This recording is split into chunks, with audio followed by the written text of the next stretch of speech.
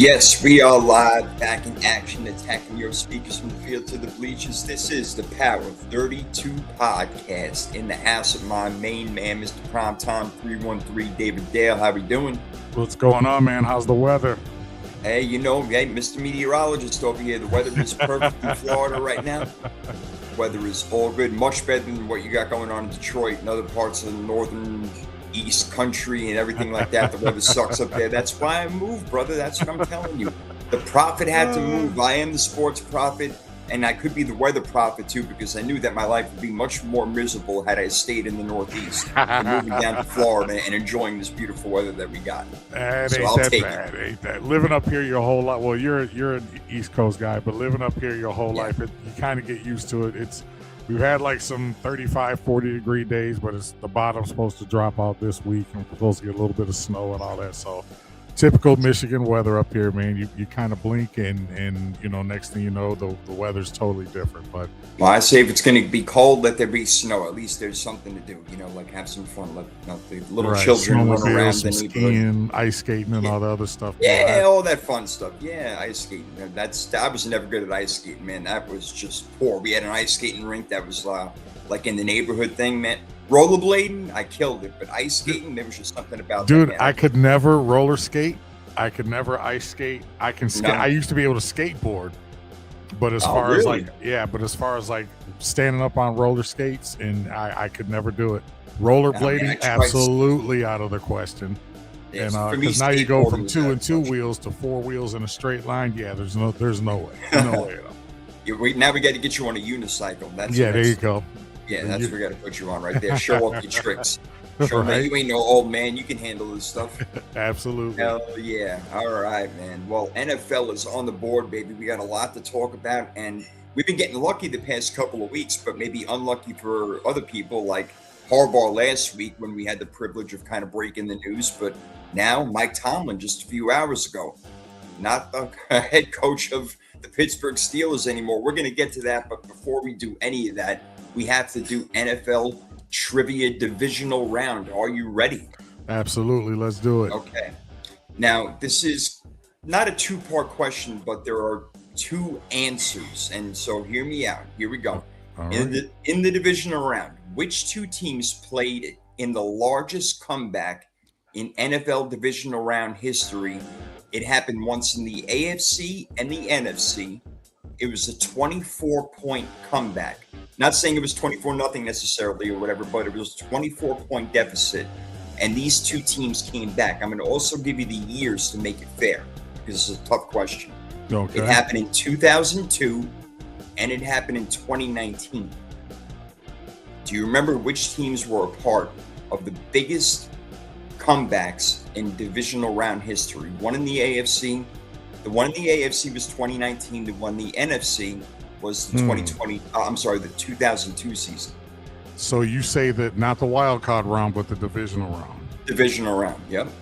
Which is what we're getting to today, baby. 2002. Ugh. And they were both 24-point comebacks? They were both 24-point comebacks. It happened once in 2002 in the NFC, which you should know, to be honest with you.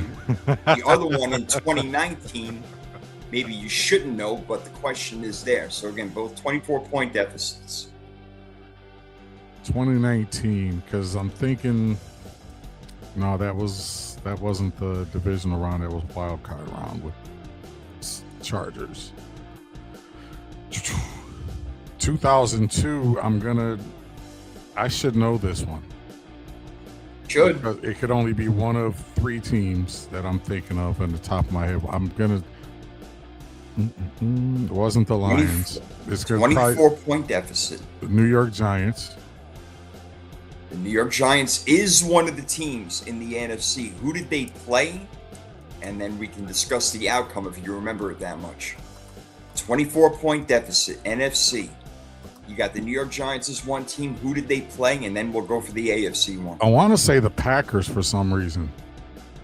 It is not the Packers. So the first part is the Giants and 49ers. When the Giants were killing the Niners with Kerry Collins, okay? Yep. Crushing them in San Francisco. And you remember Jeff Garcia and Terrell Owens and those guys came all the way back in the second half. Steve Mariucci led team. And then that crazy play at the end of the game where the Giants were going to kick a field goal. The snap was botched. Yep. And then the field goal kicker, the holder threw the ball like 50 yards, and there was no pass interference call. The Niners ended up winning the game. So they came back from a 24-point deficit against your Giants. So I actually remember that wasn't the Terrell Owens catch between like 2 or 3 guys in the end zone, was it? No, that was against the Packers. And that was in the so wild card the Kerry Collins thing. The Kerry Collins thing, I remember that because when I went to work the following or the couple days after that, I got teased about that for probably the next 2 weeks. So I'm sure. It was probably one of the worst 2 weeks of my. That was crazy because a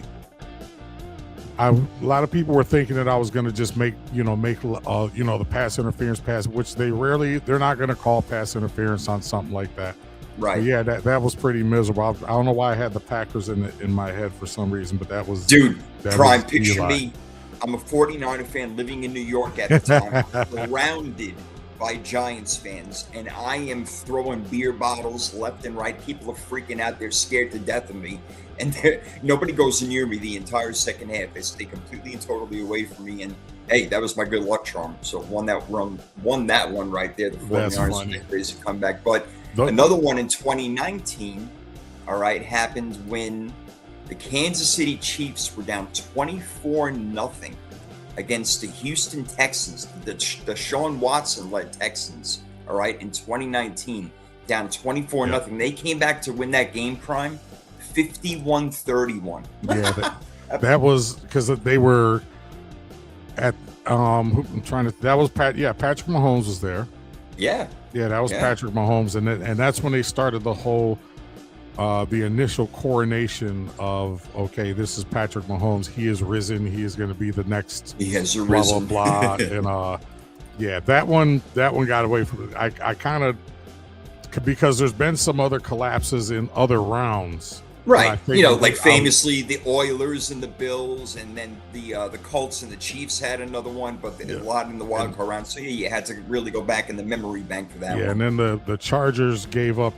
They had a 27-point lead against the Jaguars a few years ago and let that one get away. Yes, that's right. So that was wild card round. But it's tough to remember which round is which. But no doubt, yeah. So, all right, we spoke about it. Mike Tomlin stepping down as head coach of the Steelers, probably a mutual parting of ways because you don't fire that guy. So many questions now, Brian, about what's next. What does he do? I mean, because after 19 years in Pittsburgh, what he did obviously was amazing. Only one Super Bowl, yes, 2 Super Bowl appearances, but never having a losing record in 19 years is incredible. So the guy's resume speaks for itself, and pretty much any team out there that needs a coach right now, which is 9 head coaching vacancies. Unbelievable how every year we seem to have 8, 9, 10 coaching vacancies. And we just keep refueling and reshuffling these guys and everything. It's crazy. We're going to need some new blood and see what Pittsburgh does. But what do you think about Mike Tomlin stepping down? And then what do you think is going to happen next with him, whether it's next season, if he's going to coach, going to TV? I don't know. What are your thoughts about this whole thing? If I may take a few minutes, because there's a lot of Tomlin haters out there, believe it or not, for the amount of people that love Mike Tomlin. That's possible. How do you hate Mike Tomlin? He's like the most lovable guy, I mean, in the entire NFL universe. I think it's because of the lack of, they lost 7 straight playoff games, all this and that. Steelers fans are pissed. Yeah, that I understand. But first of all, let me get to the crux of your question. What I think after 19 years, and it's been all over media and everything, I think he probably will take a year off. He might do TV. And he might just hit the golf course with Charles Barkley for the next 12 months. We don't know. He called the meeting at 2:00 this afternoon with his team, and they probably all thought that he was, let's, get prepared for next season. And then he drops the bomb. He's not going to be there. Aaron Rodgers, as we know, was very vocal about Mike Tomlin was probably 80% of the reason that he came to Pittsburgh. The other 20% was probably because of the legacy and lore of the Pittsburgh Steelers. I love Mike Tomlin. I know you love Mike Tomlin. Love The narrative was he never had a franchise quarterback after Ben. So let me take 3 minutes here just to kind of, I hate when people go with the narrative without doing research. So let's go, and I'm going to make this as quick as I possibly can. So let's go 2018. You still had Ben. That was the Lamar draft. Lamar didn't get drafted till 32nd by the Ravens, but you still had Ben. That was the Baker Mayfield draft. 2019 was the Kyler Murray draft. It was a weak quarterback draft. That was Drew Lock, Jarrett Stidham, Gardner Minshew, Easton Stick, and Daniel Jones. I'll never forget that one. In 2022, it was Joe Burrow. And then there was no other first-round quarterback until Jalen Hurts got picked. So you could say, maybe they, quote-unquote, passed on Jalen Hurts. But again, you still had Ben Roethlisberger there as your quarterback. So then you go to the 2021 draft. There was no quarterbacks of note. That was the Trevor Lawrence draft. And I think that's the one where there was no quarterback after that picked until, no, that was the 2023 draft when Trayvon Walker was picked number 1 overall. And there was no quarterback in that draft picked until Desmond Ridder in the 3rd round. There were also in 2023, that was the Bryce Young. There were 3 quarterbacks. That was Hendon Hooker and a couple of other people of note, but those were all late round picks. So there was no franchise quarterback there. That was another weak quarterback draft. 2024 was Caleb Williams, Jaden Daniels and Drake May, J.J. McCarthy, Bo Nix. And then 2025 last year was Cam Ward. So in 2 of those drafts, Pittsburgh did not have a first-round pick. So when people say that they didn't have a franchise quarterback, they really didn't have an opportunity to get one. You could say they missed on Lamar, but you still had 3 years left with Ben. You could say that they whiffed on Jalen Hurts in 2020, but you still had Ben, and nobody thought that Jalen Hurts would be the quarterback that he is right now when he came out. That's why he fell to the 2nd round. So when people talk about franchise quarterbacks and just the way that Pittsburgh is drafted over the years, there's no way that they would have been able to really get a franchise quarterback. So you're stuck with Kenny Pickett, Russell Wilson, Justin Fields, Aaron Rodgers, Mason Rudolph, Mitch Trubisky. Those are the quarterbacks that they've had since Ben Roethlisberger left. So while other teams have been blessed with great quarterbacks, the Pittsburgh Steelers have kind of been mired in mediocrity when it comes to their quarterback, and people want to use that against Mike Tomlin. What I want to ask you is, what are you going to miss the most about Mike Tomlin? I'm trying to turn this into a Pittsburgh show, but you and I have nothing but love for Coach T. What are you going to miss about him as he walks off into the sunset from the Steelers, aviators and all? As a fan, I'm probably going to miss the press conferences the most, because he's just so in your face and honest and true about everything, even though he'll keep his team stuff close to the vest.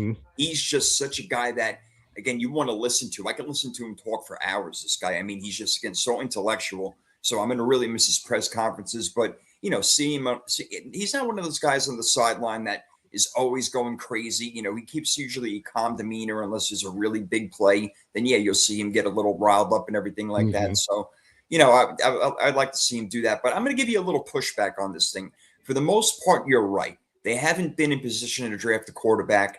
And when they did, they drafted Kenny Pickett and made a mistake there. That there was nothing else really in that draft. I think it was Malik Willis was the 2nd quarterback to go or whatever. But I guess other teams, I'm trying to think, maybe had found quarterbacks maybe a little bit later. I mean, you mentioned, the Ravens with Lamar Jackson.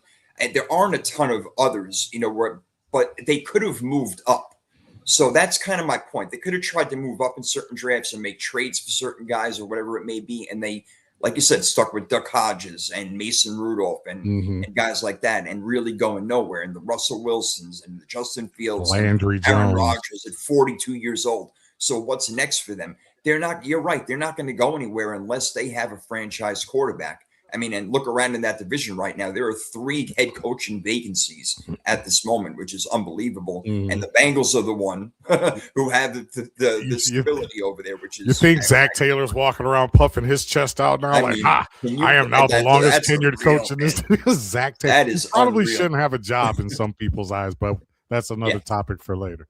But Bo Nix went a little bit later. He went 12th overall. But the Yeah. Steelers are usually drafting between like 19th and 24th, something like that. So Mhm. yeah, I mean, it is fair to say they really haven't had the chance. But that's where you got to make maneuvers. They could have gotten, a Jalen Hurts. I guess they could have got a Jackson Dart last year. I'm not calling him a franchise quarterback yet, but Mhm. those things were out there. They could have got a Jordan Love once upon a time. I mean, there was a team in the Los Angeles Rams who went for broke and said, we're going after Matt Stafford and we're going to give up Jared Goff and more first round picks and this, that, and the other thing, and my recycling bin and my garbage can and all that sort of stuff. I'm giving you everything.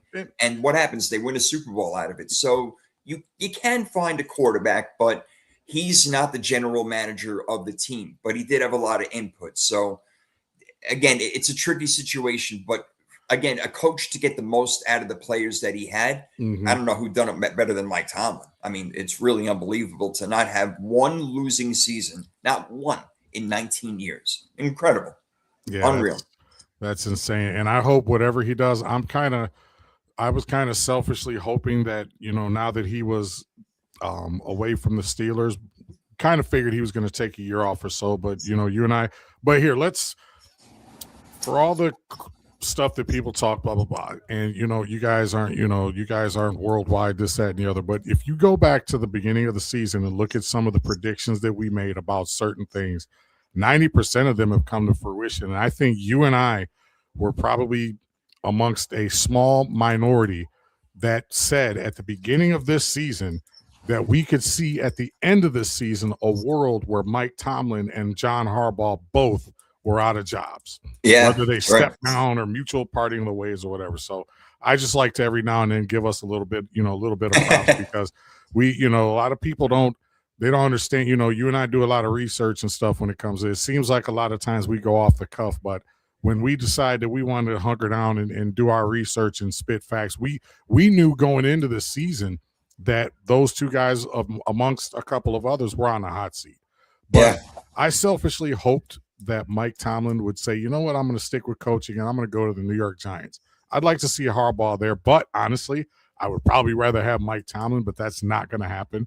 Yeah, there aren't a lot of appealing jobs out there. I mean, Well, the no, Giants are kind of appealing. The Browns really aren't. The no, Falcons are, if you believe in Michael Penix, okay. The Cardinals, you don't know what you got at right. quarterback. The whole team is a mess. The Titans, all right. Do you believe in Cam Ward and do you think you can build around him? The Mm-hmm. Raiders, they have the first overall pick. So does that entice you, or Fernando Mendoza? The Ravens may have the best roster, up and down. Then you got the Dolphins and the Steelers. I mean, there's a lot of teams out there. What's the best job? Probably the Baltimore Ravens job, and Mike Tomlin ain't taking that. So funny you mentioned that because they had a uh, little clip with Steve Bisciotti, the head honcho of the Ravens, and Yeah. he found out at the press conference that Mike Tomlin had walked away, and he leaned in. He said, "Really?" And the reporter Ah. said, "Well, what about him maybe coaching the Ravens?" And Bisciotti said, "Oh, that would be awesome, but only if John Harbaugh takes the Steelers job. Wouldn't that be?" You talk about those guys probably can't get away from each other. I wonder how many like dinner dates and stuff those guys have gone on. But Unbelievable. yeah, we talk about the Steelers, Ravens, the Giants, and maybe the Falcons. Like you say, depending on how you feel about Well, Michael let's do Penix. this. Let me give it to you. Let me give it to you like this, real quick. Quick yes or no. Should Mike Tomlin take this job, starting with the New York Giants? What do you think? Yes or no? Yes. Cleveland Browns, No. Atlanta Falcons. Hmm. You know what? I'm going to say yes. Okay, I'm fair going to say enough. If you yes. like Michael Penix, they got other big pieces there. Bijan Robinson, no doubt, love that. Arizona Cardinals, Absolutely not. no way. Tennessee Titans, No, got because I don't Cam think Cam Ward. Ward. I don't Yeah, believe in Cam Ward. they don't have a lot of stuff around them either. They're gonna have to start spending money. All right, the Las Vegas Raiders and the number one overall pick, No. Number one over. Baltimore. They Well, could have the top 5 picks, and the Raiders still are going to be garbage for the next yeah. foreseeable future. You No. know what? If somebody can come in and fix that franchise, it'd be Mike Tomlin. They should offer him 20 million a year to come in and be the head coach of that team. I mean, he could. He's one of the few guys in this world that can come in and fix the Raiders within a couple of years. I believe that. Well, let me ask you this real quick. So, even though the Baltimore Ravens job and the Pittsburgh Steelers job seem very appealing, would it dissuade you as a coaching candidate that their rosters are kind of up there in age? I think Pittsburgh's got one of the oldest rosters, and I think Baltimore's probably top 5 or top 6 as far as roster. So, yeah, you got Lamar Jackson, but you have an aging Derrick Henry. Kyle Hamilton, when he's on the field, he's one of the best there is, but he's had some injury issues over the last couple of years. Sure. They're starting to go a little bit younger on defense from the draft, but they got some pretty, Mark Andrews and a couple guys in that whole line. They got some age on that team, and Pittsburgh is well documented about how veteran, it's just a fancy word for old. But would that dissuade you as a head coach? That those rosters are aging, or do you think that those jobs are still appealing? Oh, they're definitely appealing because you're talking about 2 A+ franchises in the NFL, and the Baltimore Ravens and the Pittsburgh Steelers. I mean, perennial playoff teams, obviously. Great management, guys who have been in the league for a long time. So, no, the appeal is still there, even though, yes, you have some aging players, and all the money in Pittsburgh is really wind up in their defense. So, that's a little bit tough, but given the franchise history, things like this and that, no, those jobs are still appealing to me, and they would still be number 1 and 2 on my board right now. And then we could talk about teams like the Giants and stuff like that afterward. But yeah, Mike Tomlin, decision to make. Take your time, man, no doubt. Another guy who's out real quick in a different aspect, Kevin Patullo. Yeah. I've been killing him. We've both been killing him for a long time. He's horrible, man. He's gone. What do you think real quick about like Brian Daboll stepping in as the offensive coordinator for the Philadelphia Eagles? I think if Brian Daboll doesn't take the offensive coordinator job in Baltimore, I think he would end up in Philly. That's interesting. I think he would be, first thing you got to do, though, is you got to sit A.J. Brown in. You have to, you don't even have to sit him in a room. You got to make a decision on A.J. Brown, because what we saw this past weekend was absolute garbage from him. Oh, yeah. Whether it's getting into it with the coach. You're here. I'll just go out and say it. I'm not even 100% convinced that Sirianni should still be the coach. He's lost that team, even though what was the last year, the year before, when they had that miraculous comeback at the end of the season after they fell apart mid-season. Was that last year? Yeah, their Super Bowl year when they collapsed. When they collapsed, the year before the Super Bowl year. Yeah, and he rallied the troops, and they made the playoffs, blah, blah, blah. I'm not 100% sure that Sirianni should be the coach, because this keeps going on. This is an ongoing thing, whether it's him and his antics, whether it's A.J. Brown, whether it's the fact that poor Jalen Hurts is going to be on his 5th offensive coordinator in the last 5 years. So to answer your question, Papa Jake chimes in, how about Mike McDaniel's OC in Philly? I don't want that, because I want him OC of the Lions. Yeah, but that makes a lot of sense, though, because, that running game, they need to get that running game back. And Mike McDaniel, he's about that running game. Look, he's getting more head coaching, looks like more head coaching interviews. But as far as an OC, I think that would make a lot of sense. So I agree with Papa J. But yeah, Papa J. Yeah, Daboll, I that would be almost like a perfect fit. You got a mobile quarterback. You got, a really good offensive line. That defense is as good as it gets. So it would be kind of like walking into a similar situation with Buffalo, with maybe slightly better receivers, if you want to consider A.J. Brown and Devontae Adams better than Stephon Diggs when you had them, and Khalil Shakur, and what was the Gabe Davis. Gabe Davis. But you got, I think that would be like the perfect fit for him if he doesn't take either another head coaching job, which I haven't heard him interviewing for anything, but yeah, to answer your question, absolutely. I think he would be spot on for Philly. Yeah. While Tomlin's going to probably take a year off, I think that John Harbaugh is probably going to get right back into it. I mean, he's already interested. I think the Falcons already interviewed him, and he had an informal lunch, I believe, with Mara of the Giants. So he's still looking. He's out there. A lot of other guys we could talk about. Brian Flores may be connected to the Pittsburgh Steelers in a few different ways. Great defensive coordinators, so we know they got the defense, but they got to find some way to score some points, man. That's what it's all about right now. And the 49ers scored enough points last week, my friend. Yo, Christian McCaffrey's so good. What more do I have to say? This guy is the MVP of the league, and he better win Offensive Player of the Year, because if he does, I'm going to win $500. And I don't know. I keep hearing Jack's assistant Jigba, but McCaffrey, he is so good. He lives in the end zone. He gets his mail there. It's P.O. Box 23. I mean, I love McCaffrey. I just love him. And I'm going to clip that and put that on TikTok. I like that. I like that. But yeah. What do you think of my Niners beating them, man? Huh? You know what, man? I'm here. I'm not going to take anything away from what the Niners did. We just kind of went over briefly how putrid, that's the word of the week, the offense is for Philly. You talk about inconsistency, and it finally came back to bite them. And I think your defense, despite, everybody going into, that game thinking that Philly was, going to overpower them, San Francisco was going to fold it, in Philly, Your boy Brock Purdy made plays when he had to. Yeah, he did.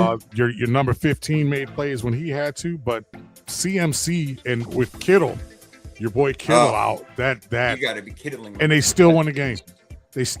So Christian McCaffrey said, all right, Kittle, you go ahead and you be cool. I got this.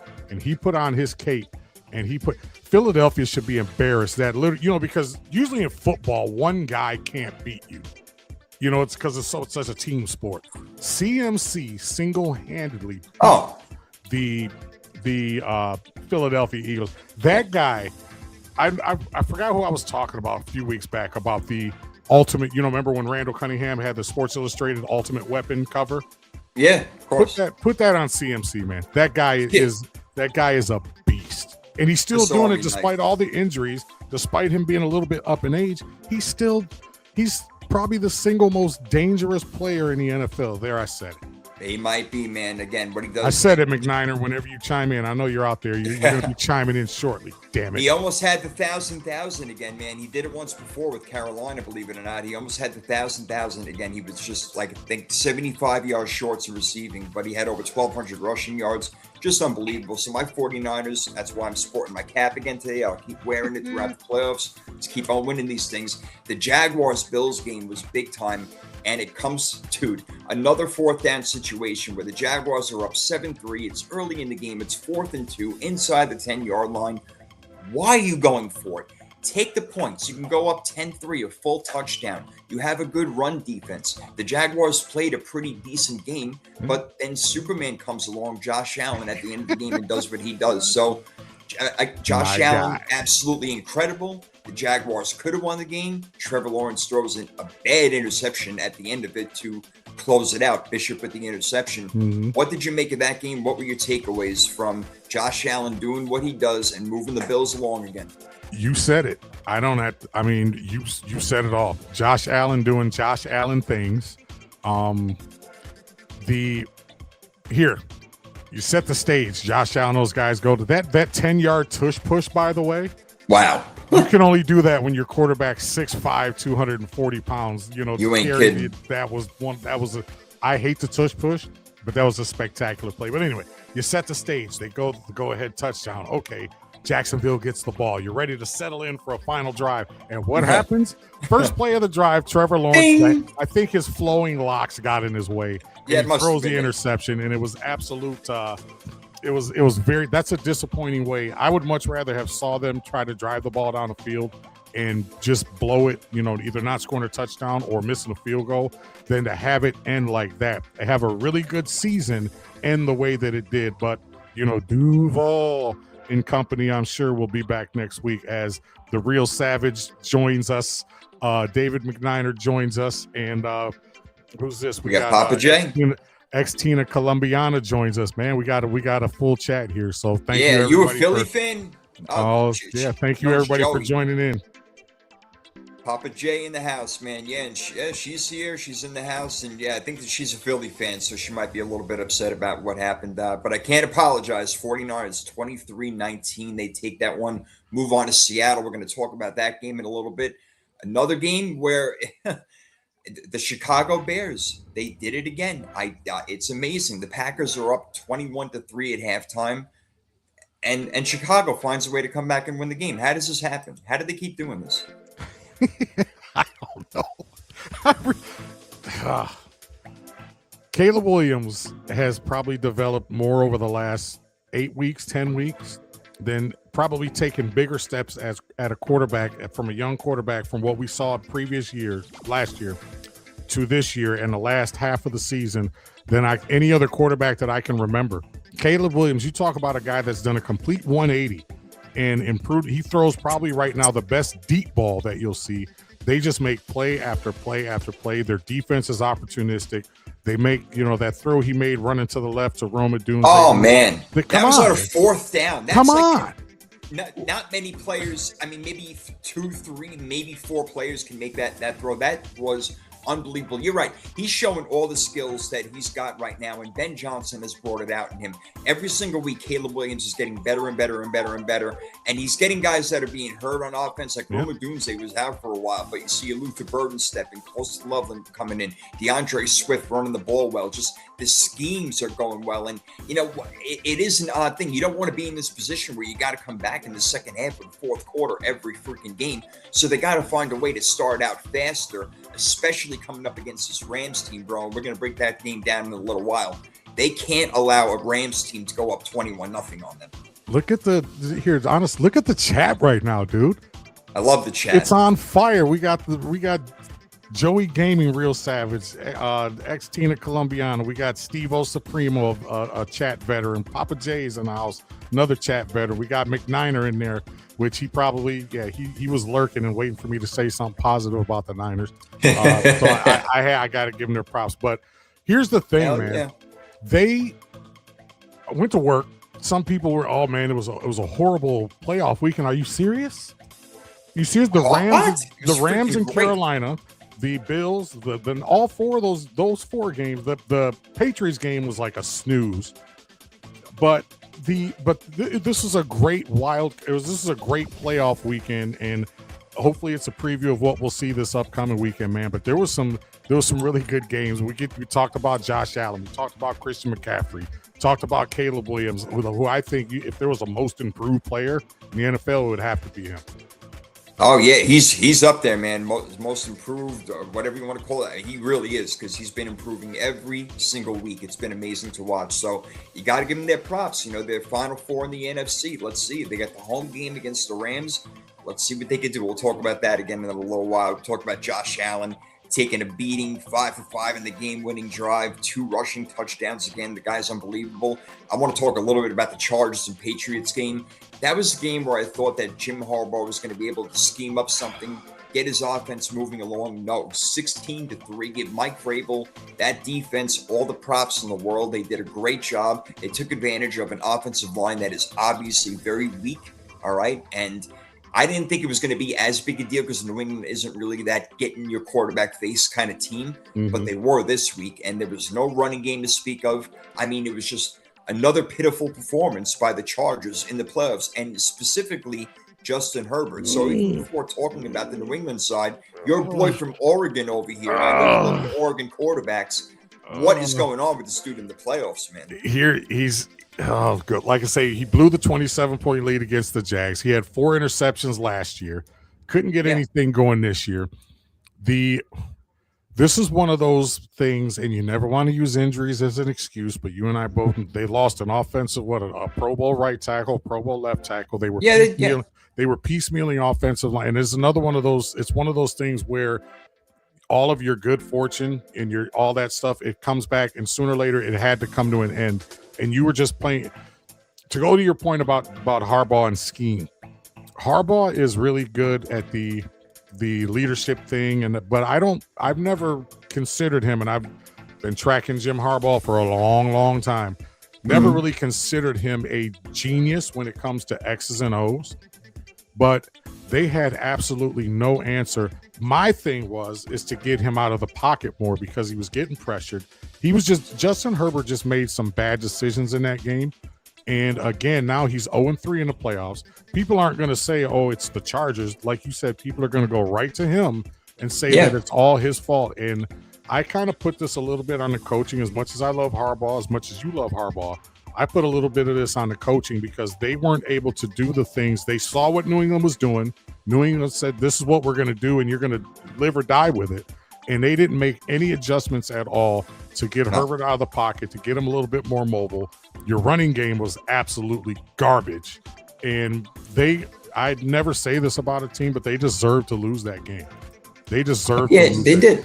Oh, they definitely deserve to lose that game. There's no doubt. And they lost that game. They lost that game pretty badly. It was pretty freaking ugly. And so the Chargers are out. The Pats move on. They're going to take on Houston. Wow, that's a big one. Can't wait to talk about that game. That would be really interesting right there. So, we do have our team set. We're ready to go. We're looking forward. We're looking ahead that we got the divisional round, which some people say is the best weekend in football because you got all the games. You got 2 on Saturday. You got 2 on Sunday. So this is going to be a lot of fun, my friend. I can't wait to get into it, man. It's going to be great. Yeah. We'll make our picks in a bit. But we definitely need to get to Big Deal or No Deal right now. Absolutely. Big Deal or No Deal, sponsored by the Power 32 podcast, the playoff edition of Big Deal or No Deal. This is the segment of the show where I present the prophet with several scenarios, and he tells us whether it is a big deal or no deal. And we're going to start right where we left off with we might as well, since we're already on the subject, we're going to talk about Justin Herbert and the playoff failures. 0 for 3 in the playoffs. It has all 3 of these have been bad performances, Prophet and chat. This hasn't even been anything where he's looked good and they end up losing the game. He's had 3 really, really bad performances. And I'm not going to go to the extreme and ask, do we move on from him? But is this a big deal or no deal that for the 3rd consecutive year, the Chargers, specifically Justin Herbert, as much as it hurts my heart to say it, have absolutely bombed in the playoffs? It's a big deal because he's so close and people are so close to wanting to put Justin Herbert in that top tier level with all those other guys, the Mahomes, the Burrows, the Allens, the Lamar Jacksons, all those guys. And you simply cannot do it. With the performances, like you said, not just this year, but the year before and the year before that, it is ugly, my friend, and he is not getting the job done. And look, does he have the greatest offense in the world? No, but when you're a superior quarterback, you overcome those things, and he's not overcoming them.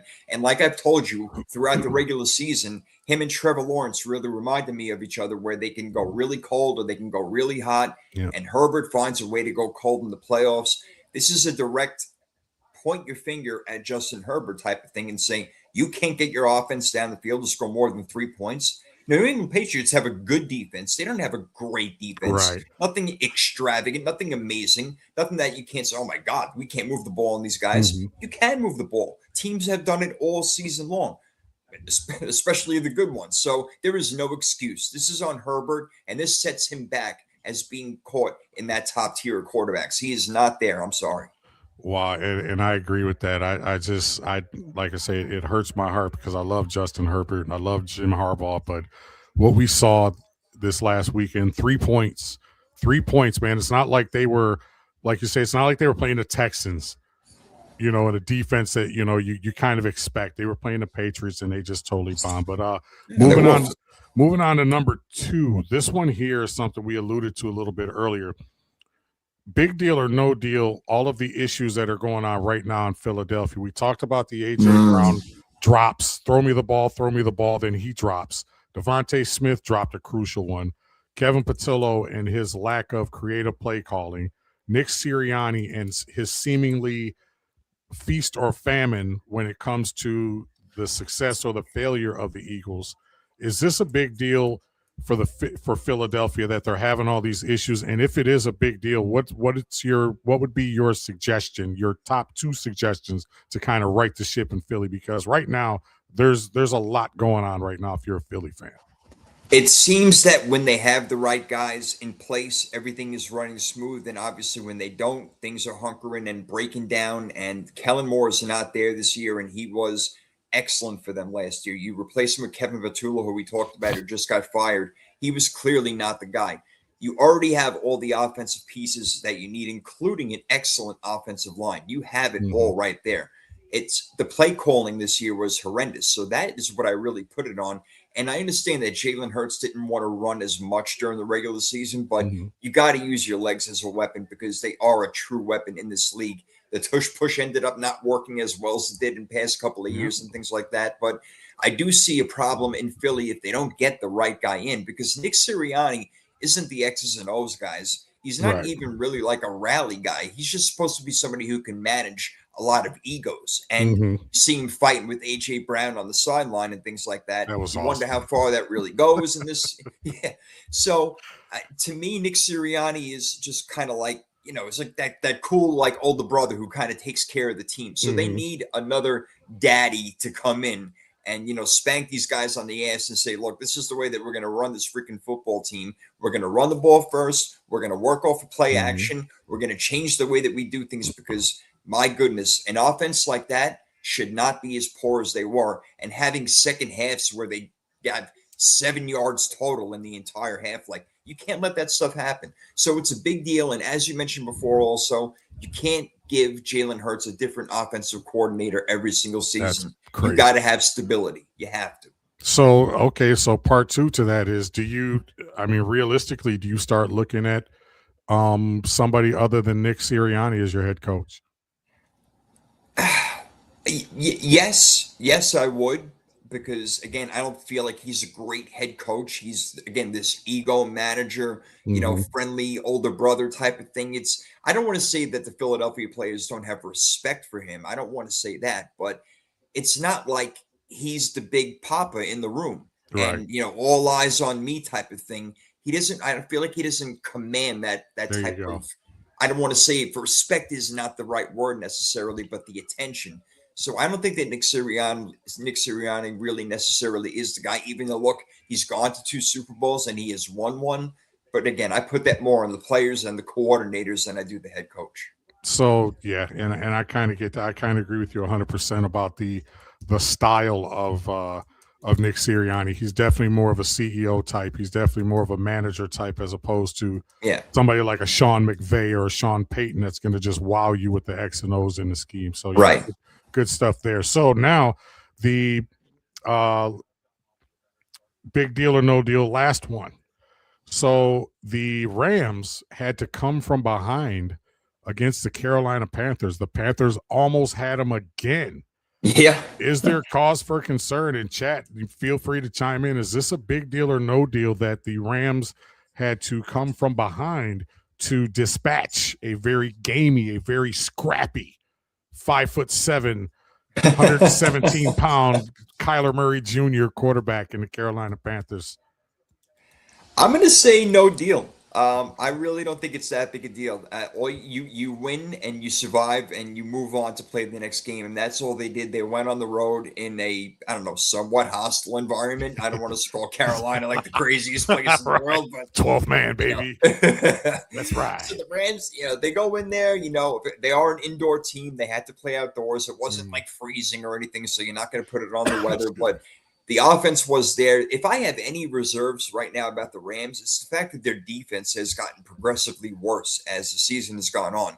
In the beginning of the year, they were letting up 14, 15, 16 points. Now it's in the high 20s with the Rams with them. So I'm a little worried about the defense, not the way they performed offensively against Carolina. And now they're going to have to go play the Rams. Oh, my God, who are they playing? Why am I drawing a blank on this? They play the Bears. The Bears, thank you. Right. Now they have to go outdoors again and try to prove that they can play outdoors against a tough team, a team that gets turnovers. Matthew Stafford is not really prone to turnovers, but I'm not necessarily really worried about it going forward because of the team that they're playing, Chicago, and that's why I want you to remind me. I feel like they have an advantage in this game. The only disadvantage is playing outside, and if the weather gets kind of muddied up a little bit, snowy, whatever, it levels the playing field, then we could be talking about a much closer game. So I'm alluding to the Rams winning that game, but I'm not 100% sure yet. So let's do a bonus big deal or no deal real quick, and I'm sure you'll enjoy this one. Is it a big deal or no deal that the NFC West is kicking ass and taking names in the playoffs? Right. It's unfortunate that two of these teams will end up playing each other more than likely for the third time. Actually, San Francisco and Seattle will be playing each other for the third time. Yeah. Potentially the Rams and the winner of that game. But is that a big deal or no deal? Because as everybody knows, McNiner, I didn't pick the 49ers to even sniff 7 wins this season. And the fact that they are now moving on to the second round of playoffs, Seattle's in the second round of playoffs, despite what people think about Sam Darnold. And then, of course, most of us expected the Rams to be there. How big of a deal is that? Is that more of a look at us, kind of pat on the back moment, or is there really something that is is this something that could be sustainable? Can the NFC West be this badass for the next 2-3 years? Well, that part I will say yes, they can be badass for a little while. Is if Sam Darnold keeps his play up, Matt Stafford sticks around for another couple of years, and what you got with Brock Purdy and the quarterbacks and everything. But as far as being a big deal that there's 3 NFC West teams in right now, it's not. It's not a big deal. It doesn't happen often, obviously, but we've seen certain. You sound so smug. That's nothing. It's what we do. It's nothing. Yeah, it's no big deal. You know what I'm saying? Forget about it. Forget about it. No, I don't think it's a big deal because year in and year out, we see weird things and different things happen all the time. So it's this year, the NFC West happens to have 3 representatives in the Final 4 in that conference, but it's likely not going to happen next year, and maybe in 4 years from now. The NFC East does, the Giants, the Cowboys, and the Commanders, or something like that. You know what? Now you're rage baiting right now. You're just rage baiting. You're just okay. Yeah, one can only dream. You say 4 years. You never know. Yeah, 2030. Yeah, maybe 2030. Yeah, man, possibility. Mike Tomlin coaching the Giants, John Harbaugh coaching the Commanders, and then I don't know who's going to coach the Eagles. You know what? Real quick, I'm glad you mentioned that because I had a conversation with a believe it or not, there is a couple of Commanders fans at my job. And I asked a question about Dan Quinn. So this year, do you give him a pass because of the injuries? But how warm will his seat be next year if they have another year like they did this year? Oh, for sure. Oh, no doubt about it. And plus that's where Dan Quinn, so you're not, it's not like you're losing. Right. Dan Quinn, look, he's been a good head coach. He took a team to a Super Bowl when the Atlanta Falcons, a defensive guy over there. I mean, so he's a pretty good coach. As far as a head coach, I like him more as a coordinator, to be honest with you. But yeah, he gets a pass for this year. But if it happens again next year, I don't know if he gets a pass necessarily, but then you have to start looking at Jaden Daniels and saying, okay, thanks for the rookie season, but you're going to become our next Robert Griffin III. And that's what you don't want. Ouch. You don't want him to be RG3 because RG3 had all the talent in the entire world. He did, man. And he got hurt too much. And he was the rookie of the year over Andrew Luck. Andrew Luck went 1 in that draft, and he went 2 overall.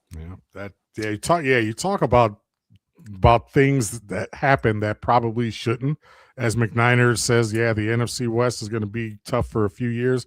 Minus the Cardinals. Yeah. The Cardinals get a quarterback and a head coach. For a team that nobody gives a damn about, we talk about the Cardinals an awful lot on this show. Have you ever noticed that? We at least once a week we spend like 30 seconds or a minute on the little guy in that just horrible Jonathan Gannon, formerly Jonathan Gannon-led team. Trey McBride, by the way, needs to demand a trade. And they need to get their draft pick back for the lack of production from Marvin Harrison. But oh my gosh, talk lack of production. But it's funny you say that about the Cardinals real quick because I was on with Damian and Nikki last week on 3rd and 3, and I out of nowhere went on a rant about how terrible of an organization the Arizona Cardinals are, and they were like floored. They're like, where the hell did that come from? I'm like, I don't know. Deep buried hatred. I call it, instead of the Red Sea, I call them the Dead Sea because there's just nothing going on over there. Let's play that game for 10 seconds.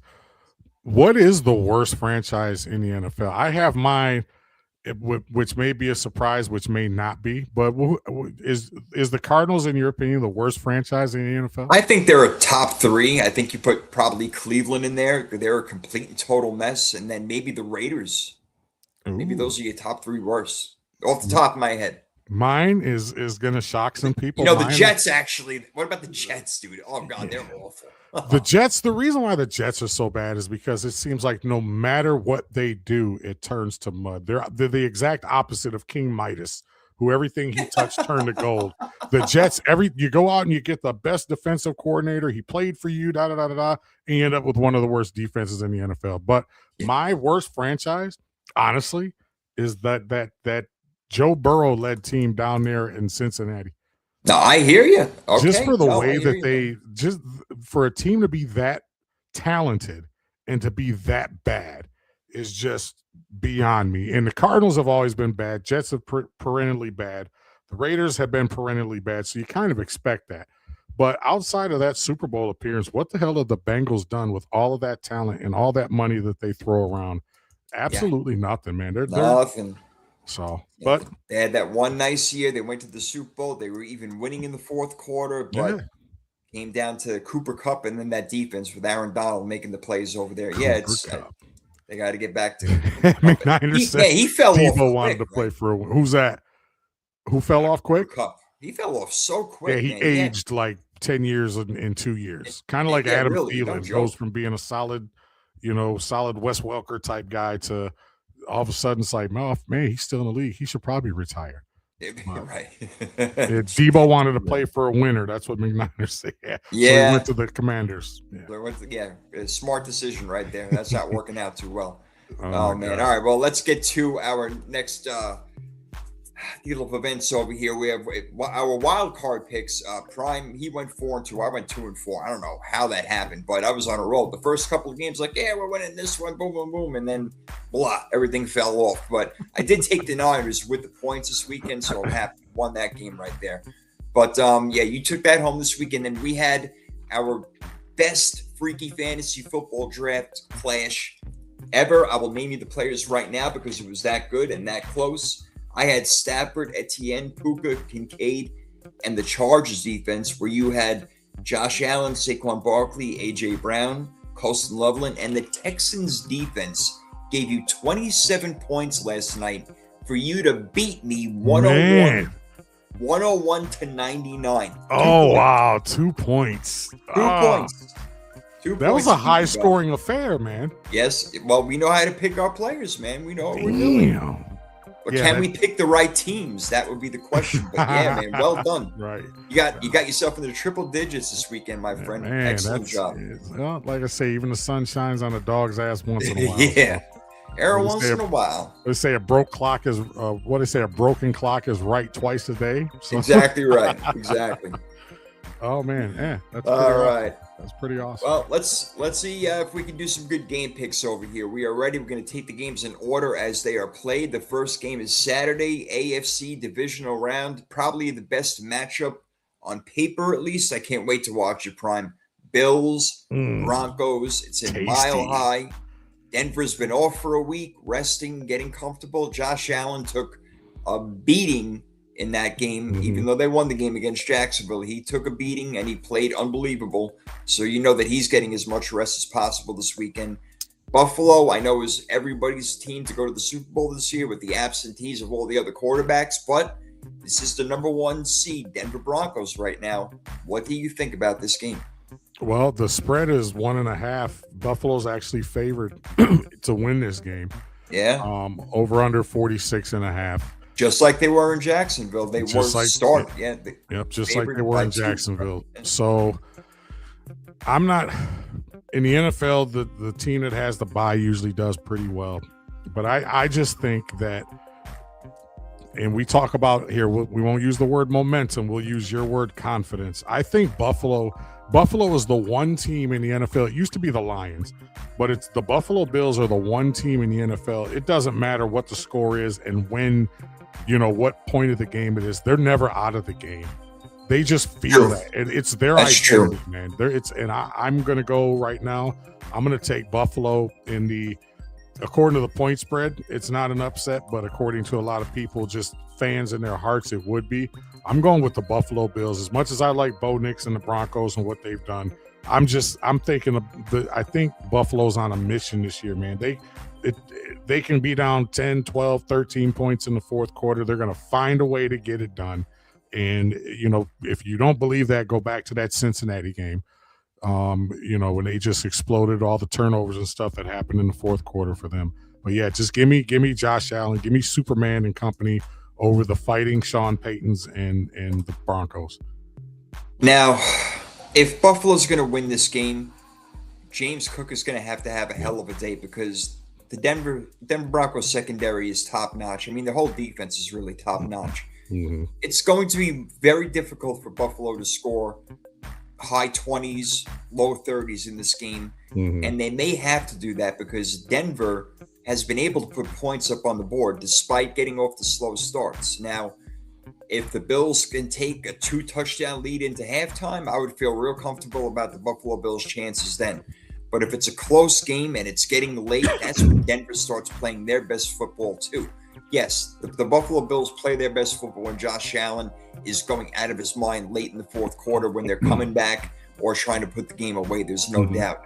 But that Denver defense is something different. And, the offensive line of the Bills is only going to be able to hold up so much. And it's going to have to be another Josh Allen, superhuman, Superman type of team.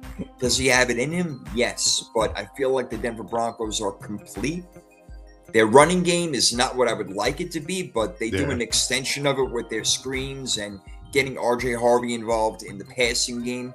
Yeah, since Dobbins went out, it's been a little bit tougher for them to get the run going. But and that's the thing. Buffalo's got a really good passing defense. You saw with Cole Bishop and Tre'Davious White the other day what these guys can do. So when it comes down to it, I'm going to go with the better quarterback. And even though he's on the road, and even though I thought Denver at the beginning of these playoffs might go all the way, I got to go with the better quarterback, and the best player in the world right now is Josh Allen. Wow, the best player in the world. Yeah, he's the best player in the Craig. Best player in the world, not just the city, Craig. The best player in the world. If you know, you know. I love it. So let me ask you this real quick, though. Let's say Buffalo does go to the Super Bowl, and let's just say they win it. Is that Super Bowl going to be tainted because the first thing everybody's going to say is, well, you didn't have to play Lamar and Patrick and Joe Burrow. Please, can we kind of stop putting Joe Burrow's name? But that's what they're going to say. That's what they're going to say. And that sucks. There was no Lamar, no Mahomes, no Burrow. But you know what? Say that, no doubt. That ring is going to fit just as well. It doesn't right. matter who he's got to beat. Damn right. So that trophy's still going to Buffalo if they win it. No doubt about it. Damn right. No doubt. So, yeah, it sucks. But you know what? Those teams were not good enough this year. In Buffalo, they remained good enough to be in it and possibly go all the way in.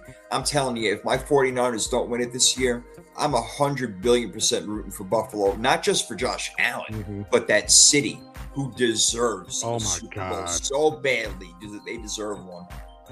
Probably the best fan base, probably the best, most loyal fan base in the NFL, man. They're up there. Lions fans Buffalo, no. Do you like Denver, McNine? Or you think Denver's going to win this game in their defense, huh? That's interesting. That's interesting. I was close, man. I'm like right there. I think it's going to be a field goal game no matter how you look at it. Maybe last team who has the ball wins. It might even come down to that. That's bad news for Denver. And that's all you want in a football game, man. Last team to have the ball come down to winning or losing. That's what it's all about. Especially in the playoffs, man. It's next level exciting. Best. I think all these games are going to be close as we talk about now the Saturday night game. The 49ers and the Seahawks. Part 3. Yeah, the last time they played, Seattle won 13-3, an ugly game. The 49ers cannot get moving on offense. There is no George Kittle for this game, torn Achilles. That is a killer right there. And now Seattle is running the ball better, Prime. I see your mind already moving over here. You got a lot of thoughts on this game. Let's hear them. First thing I want to know from my meteorology background, LOL, is what the weather's going to be like in Seattle. Because it's a different kind of cold up there in the great Northwest as opposed to even Santa Clara or even here in Detroit. No doubt. The big question going into this game, and this is right in you and McNiner's wheelhouse, how much are you guys really, truly, truly going to miss George Kittle? Because we saw Christian McCaffrey with the Superman performance this past weekend. You talk about Josh Allen. Does he have another one in him? Can Christian McCaffrey, again, throw that team on his back, go into probably one of the most hostile environments in the NFL and not have a repeat of what we saw a couple weeks ago when they only, what was the score? 13-3? Yeah. So I hate to do this. I really hate to do this, but I'm going to go with the Fighting Redheads, man. They're favored by 7. I think the loss of George Kittle, when it happens during a game, I think the emotion and everything, let's win this for George. But now that they've had kind of time to sip, and unfairly, screw you, NFL, unfairly, they're coming off a short week where they got to travel 3,000 miles from freaking Carolina to home up to Seattle to play this week. They're coming off a short week. I don't like that at all, that the NFL does that. If you play on a Saturday, you should play on the following Saturday. You shouldn't be playing, Sunday and then Saturdays and all that and the other. But anyway, But I'm gonna go out on a limb here, and I'll probably regret it, and I kind of hope I do. But I'm gonna pick Seattle to win this one, man. I don't blame you for picking Seattle. George Kittle not being there is a tremendous thing. I mean, you rely on Jake Tonjes now as your tight end. Can he do George Kittle things? No, but he's a decent player, and you hope you can pop a couple over the middle to him. I would feel better knowing if Ricky Pearsall was ready to go in this game. I don't really know what his status is right now. I don't know if he's going to play or not. And Kyle Juszczyk, our fullback, is going to have to amp up his game a little bit. He actually had a pretty good game. He had a pretty good game this past weekend. So. Yeah, Juszczyk is a phenomenal player. He does so many things that don't show up in the stat sheet. It's amazing. What I love about him is that he plays a position where he's guaranteed to be in a Pro Bowl every year. Yes, this is true. Yeah, fullback is one a of dying only like two fullbacks. Yeah, so he's guaranteed. He's all pro every year. Good for him. But he does deserve it, man. He does. Seattle had, they have an all pro in Jackson Smith and Jig, but nobody on the 49ers is going to be able to stop him. So if Sam Darnold is on his game, JSN is going to have a huge game. And then you got to worry about Kenneth Walker and Zach Charbonnet, that combination right there. I just don't know if the 49ers have enough without George Kittle and relying on Christian McCaffrey to touch the ball 30 times in this game. Is Pearsall playing this week? That's what I'm talking about. Pearsall is still a question mark. So, if you can see what his status is, I know it's questionable, but I don't know if he's going to give it a go or not. If he plays, I'd feel a little bit better, but I don't know. Again, he's missed a lot of time, but Ricky Pearsall, we can really use him without George Kittle in there. I'm just going to be realistic after what I saw in Seattle a couple of weeks ago where the 49ers lost to the Seahawks for the number 1 overall seed. To me, the 49ers, again, have gotten even more banged up since that time, and Seattle has been home chilling, resting. I'm doing it again, reverse psychology. I'll pick Seattle so the 49ers win. There you go. That's all I can do. There you so go. I'll take Seattle with you. All right, let's go to Sunday where the Texans and that defense, man, holy freaking crap. They really put it to Pittsburgh. Now, you can say, Pittsburgh, not a great offensive team. Definitely, I'm with you all the way, but still, only 6 points, and they get 2 defensive touchdowns. The Texans are for real. They got to go on the road again. Doesn't seem to be a problem with them being a dome team going into the outdoors. Did it in Pittsburgh. Now they have to go to New England and do it, who put on a hell of a defensive performance themselves, like we talked about earlier, holding the Chargers to 3 points. So between these two teams in their first games, a total of 9 points was scored against them. That's pretty damn good.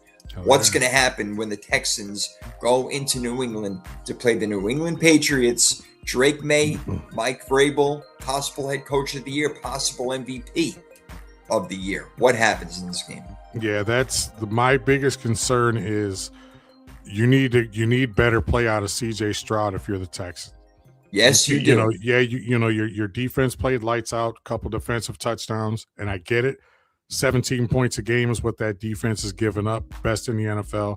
However, if you're CJ Stroud, you got to kind of sit back and you should be buying your defense Rolexes after last week because they were the reason you won that game. Nothing you did in that game contributed to that victory, in my opinion.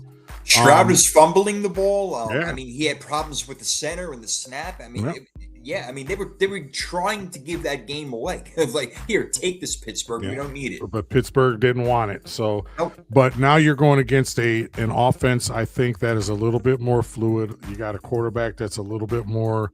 I'm crazy to say this right now. I would probably say Drake May is better than Justin Herbert or a couple other quarterbacks that are still left in the playoffs. But I think, New England is one of those teams, they find a way, and their running game is solid. It's not great, but they're going to definitely have to be able to run the ball against the Texans to keep Danielle Hunter and Will Anderson and all those guys off of Drake May. So you talked about earlier about the game may come down to a last possession. The Patriots are favored by 3 in this one. And I could absolutely see this being a 17-14 type game. Absolutely, man. But I'm going to go with New England simply because they're the home team, and I have a little bit more trust in their offensive consistency than I do the Houston Texans. You know what? You said it all. I have more trust in New England's offense to be able to put points up against that defense than I do CJ Stroud in that offense, and especially if Nico Collins is not going to be there. If he doesn't pass concussion protocol, I mean, Christian Kirk is not going to catch 8 passes for 140 plus yards again. That's not going to happen. That was a fabrication from the reality of the NFL. He's a good receiver. He ain't that freaking good. Okay. Right. So I'm with you on that. And obviously you factor in the head coaching, Mike Vrabel. Not that D'Amico Ryans is a freaking fantastic head coach. He is incredible. And probably the most underrated coach in the league. Would you think? Underrated? Yeah. Probably, yeah. I would say he's probably the most underrated coach in the league. He doesn't get talked about enough for how great of a coach he is, and his style doesn't usually work where you're the friend of all the players, but they all respect him so much and they listen to what he says. He's the perfect combination of a friendly coach and a coach that that demands respect. So D'Amico Ryans, again, you know how much I love him when coming from the 49ers as the DC. I didn't want to see him go anywhere, but he deserves all the praise, all the applause, all the flowers in the entire world. But this game will be tough. I expect a low-scoring game as well. I can totally see Houston winning this game. If they cause turnovers like they did against Pittsburgh, the game will be the Texans. It will be a turnover game. Which team will cause more turnovers? That's tough right there. You would say probably Houston with the way they get to the quarterback and their secondary. Dude, I'm on the fence over here, man. I mean, you know what? It is a hard game to pick. I'm going to pick Houston. I think that their defense will cause turnovers, and they will get the Houston Texans into good field position to score touchdowns, field goals, whatever. I think they'll score more as a result of their defense. So you know what? I'm going to go the road team on this one. Yeah. This whole time I thought I was going New England, but the more I think about it, Houston, that defense is sick, and they give the offense opportunities also. So, wow, that's a tough game right there. Wow. All right, so that's the first one we're going against each other. And the last one, you called the Rams in the beginning of the year for the Super Bowl. They are in it, man. They are going to Chicago to play the Bears. The Bears, again, the comeback last week against the Packers. Ben Johnson doing what he said he wanted to do and beat LaFleur twice in the season. He has done it. Now he's got to go ahead and about that handshake. What's that? The post-game handshake with LaFleur. Oh, man. That was rough right there. That was shades of Jim Schwartz and Jim Harbaugh when Jim Schwartz was coaching the Lions and Harbaugh was coaching your 49. That was a little bit. I think Matt LaFleur was kind of shocked. Like, he's like, what the hell just happened right there? And he just started to walk away. Like, guy just ran up to me, just shook my hand once, and just ran the hell off. That was awesome. Possibly could. Just got right the hell out of there. Unbelievable. I love it. But Ben Johnson, they love him in Chicago, man. And Caleb Williams, he is loving him some freaking Ben Johnson. The whole team is. Yeah. They are hosting the LA Rams, who have to go on the road again. All right, try to win another one. Like you said earlier, close call in Carolina over there. Carolina beat them earlier this year, so LA got their revenge. But the Rams in Bears territory, this one is going to be a real good one. Again, Chicago, not this game. You can't afford to get off to that slow start this game. The Rams are going to score points. Can Chicago keep up with them, Prime? Yes, actually. I think they can. I think they can. Because, and to depict that, the over/under is 48.5 in this one. So they're expecting a relatively high-scoring game. Yeah. I think Chicago can win ugly as they've proven this season, but they can also win shootouts as they've proven this season. However, there's no way in hell I'm going to go against the Rams right now. Everybody's healthy. Everybody's doing their thing. Matthew Stafford, he's a dome quarterback. Remember, he played the first 13 years or so or whatever it was in Detroit, and he's very familiar with the NFC North.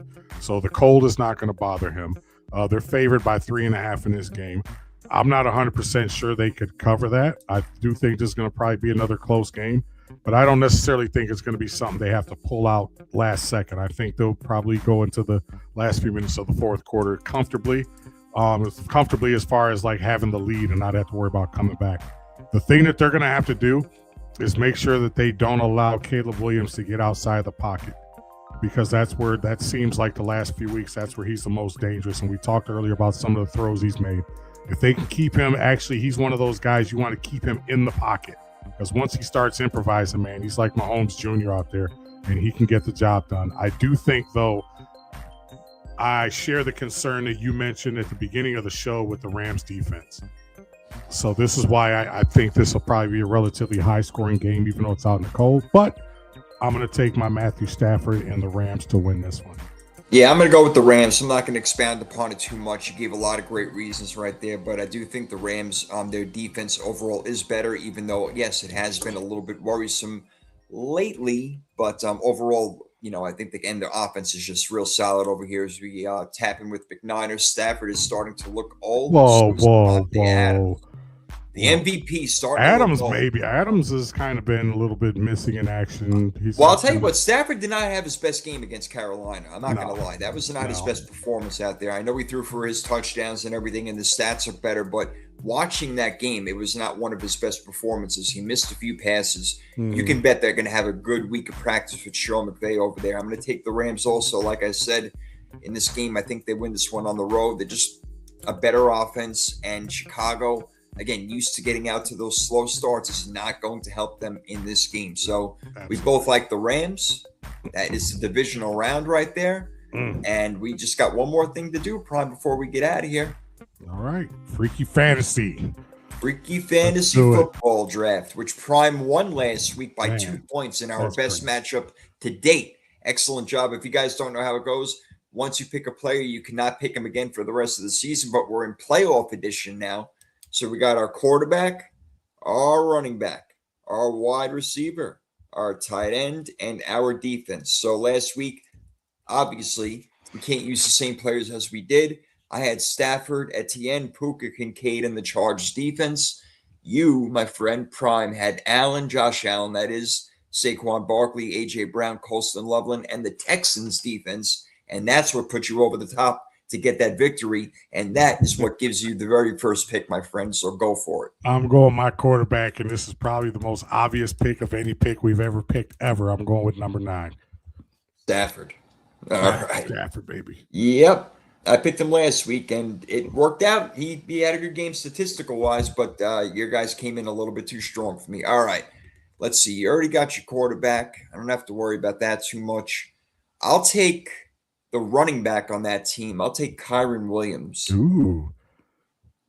I think that maybe he's going to get a lot of touches this week. Quiet. More than they're bringing Blake Corum a lot. Yeah, so it kind of scares me a little bit. But I'm going to go with Kyren. Another little fella. Yeah, I think they're going to score a lot of points. So I'm going to go with Kyren Williams. I think he'll get into the end zone, and I'm also going to go with. You know what? I'll go with the quarterback on the other side. I'll take Caleb Williams. Oh. So those are my first let's two. just pick all just Bears and Rams and just Bears, this, right? Bears, just make this game. It's going to be 42-41 at the end of it. Right. So you got your quarterback. Now you get 2 picks, running back, receiver, tight end, defense. This is a tough one, man. I'm going to take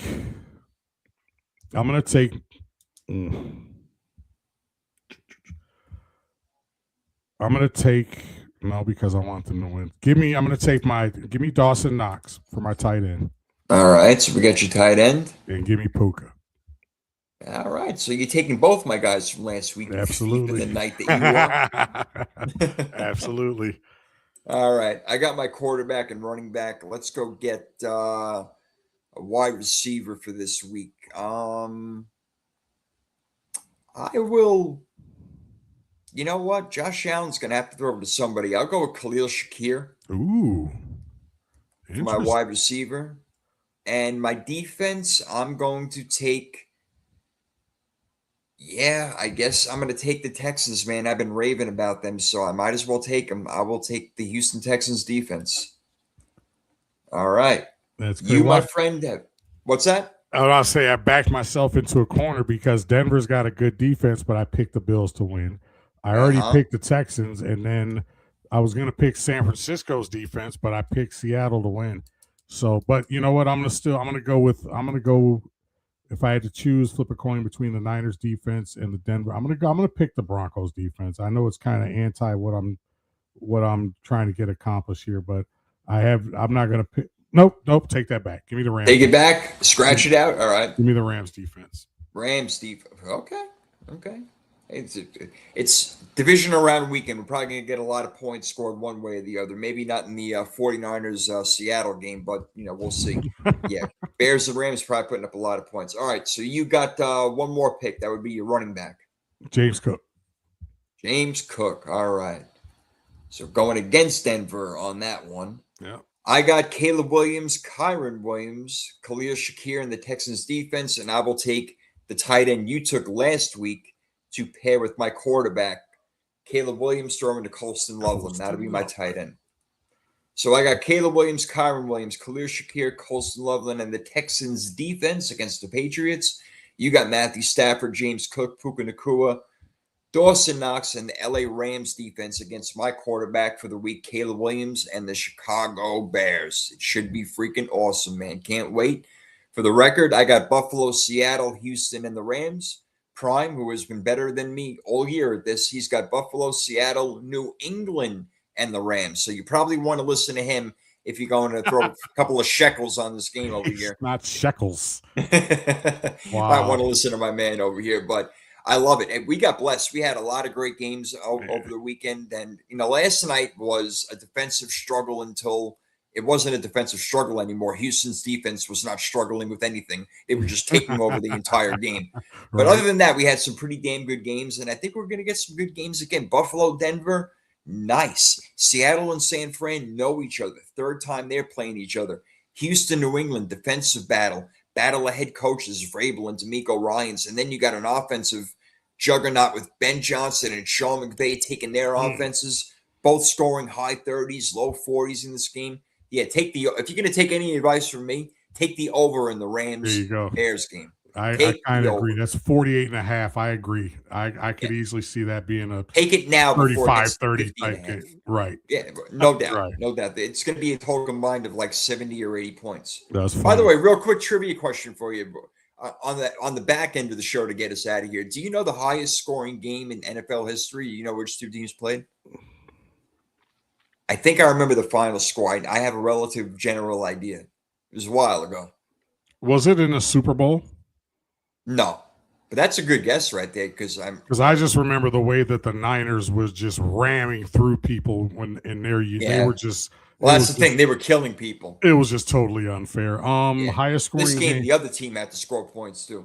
I think it was a total of like 115 points scored between these two teams. You're never going to get it. It was Washington and the Giants. It was back in like 70-something, but Washington, I think, won 73. The Giants 44. Oh, yeah, I don't even crazy like that. No, I don't remember that game. I don't even know what freaking year it was. I just remember that was the highest scoring game in NFL history. One of those weird tidbits of information that have no point, no use in this entire world, except to spit out on the Power 32 podcast. It's the only place I get to do it. Nowhere else anybody gives a shit. Well, I had a good time as always, Prime. We did our hour and 15 minutes. It always feels like 15 minutes, but we did our time. We called the crime, and now it's Prime. So we're going to get the hell on out of here. Oh, hold on, McNiner. Look at this. He put it up for us. He did the reason. I freaking love this guy. Way to go, McNiner. 1966. Unfortunately, I'm not that old. That was before I was a Giants fan. So, but yeah, shout out, man, to everybody in the chat tonight. Papa J, McNiner, Columbiana, Savage. Everybody. The chat was on fire tonight. So we appreciate you guys. Steve Supremo was out there. Like I say, we appreciate everybody each and every week, man. Tell your friends about us, subscribe, follow, do all that good stuff. Yeah, do that social stuff, media. Tell a couple of friends about us, and man, it's look forward. It's playoff time. Bittersweet, as we always say here, because we know this season's coming to an end pretty soon. But you guys make it special. You guys are the reason we come out every week to do this. So keep them coming, man. And thanks for stopping by. We appreciate it. No doubt. And way to go, McNiner. 1966. That's crazy. They were called the Redskins. Then 72 points against the Giants, 41. Excellent. I was close in the score. I was right there. I was somewhere close. Jesus. All right. Great time. We're going to do it again next week, guys, for the conference championships. And we're going also, I think, next week, Prime, we're going to be giving out our our NFL honor awards we're going to be doing next week. Yes, sir. Yeah, we're gonna have a little time to fill in. So if you guys want to get in on that with us, we're gonna be doing all the categories from MVP, Offensive Rookie of the Year, Comeback Player, Coach, all that good stuff. So get in, get down, don't frown, have a good time. We'll see you guys next week. Peace. Peace.